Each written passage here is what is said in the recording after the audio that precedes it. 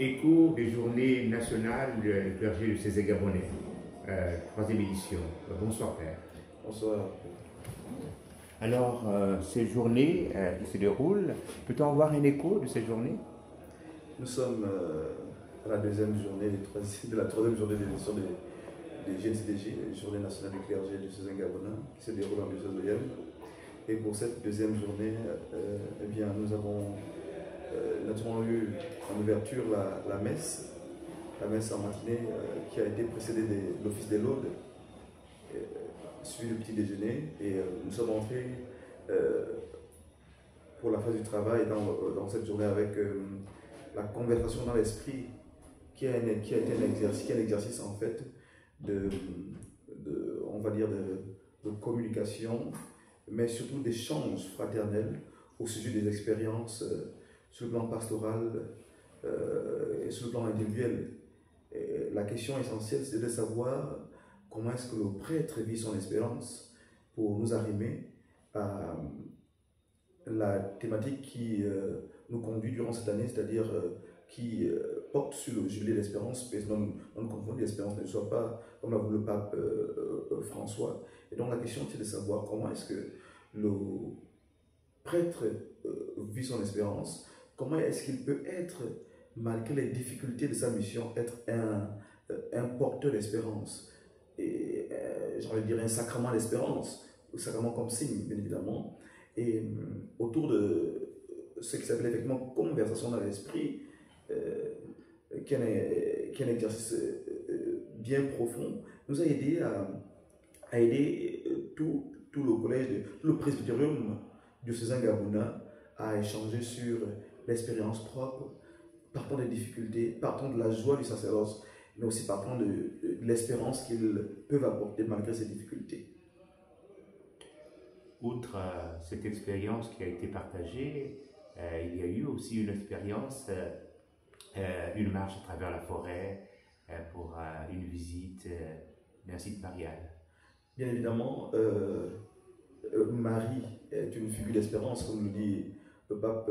Benoît XVI dans Spe sa vie, son encyclique 2007. Et après, justement, ce bon moment qui était consacré à l'espérance que doit vivre le prêtre et l'espérance qu'il doit apporter, nous avons visité le site Notre-Dame de l'Espérance, qui a aujourd'hui, au plan national, un haut lieu de méditation, un haut lieu de piété mariale. Donc, il était question pour tout le presbytérium diocésain gabonais d'aller se ressourcer auprès de la Vierge, cette figure d'espérance et de résilience. Un mot à l'endroit de l'abbé Dominique, qui est l'architecte, dirons-nous, qui a reçu cette vision de ce sanctuaire et qui l'a mis sur pied grâce aux initiatives aussi et directives de Monseigneur Ramasson. Eh bien, les prêtres portent la vision des évêques, on va le dire, et nous voulons, c'est vraiment en regardant ce site, nous disons merci à toutes les intelligences qui ont été mises en œuvre pour la réalisation de cela, parce que la piété a besoin de se vivre dans un cadre propre. Et en regardant ce site, nous avons vu un lieu qui nous permet d'être en condition. Voilà pourquoi il est judicieux de dire merci à l'abbé Dominique. Et justement, les GNCDJ, c'est l'occasion qui nous amène à réfléchir sur comment est-ce que mettre justement en place une intelligence pastorale pour accompagner la piété populaire, pour déjà nous-mêmes vivre dignement et dans les conditions les plus idéales de notre ministère sacerdotal et permettre à ce que notre activité pastorale porte du fruit et traduire à ce monde qui a manque d'espérance et qui parfois pense que la vie dans la foi est un hold-up, que le Christ, comme disait le pape Jean-Paul II à la Genèse gabonaise en 82, le Christ n'est pas un ravisseur, c'est un sauveur. Très tôt le matin, avec le vicaire général du diocèse d'Olienne, Monseigneur Brice, il a été question de la célébration de la messe et cette nourriture qui a été partagée. Comment est-ce que l'Alliance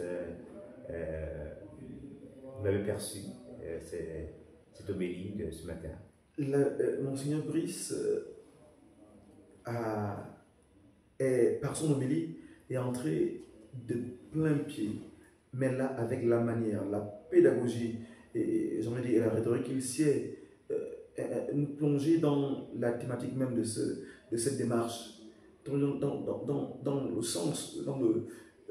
ce que nous voulons pour cette démarche, c'est-à-dire construire une fraternité sacerdotale. Et il nous a invités à ne pas nous enfermer dans une fraternité, en fait,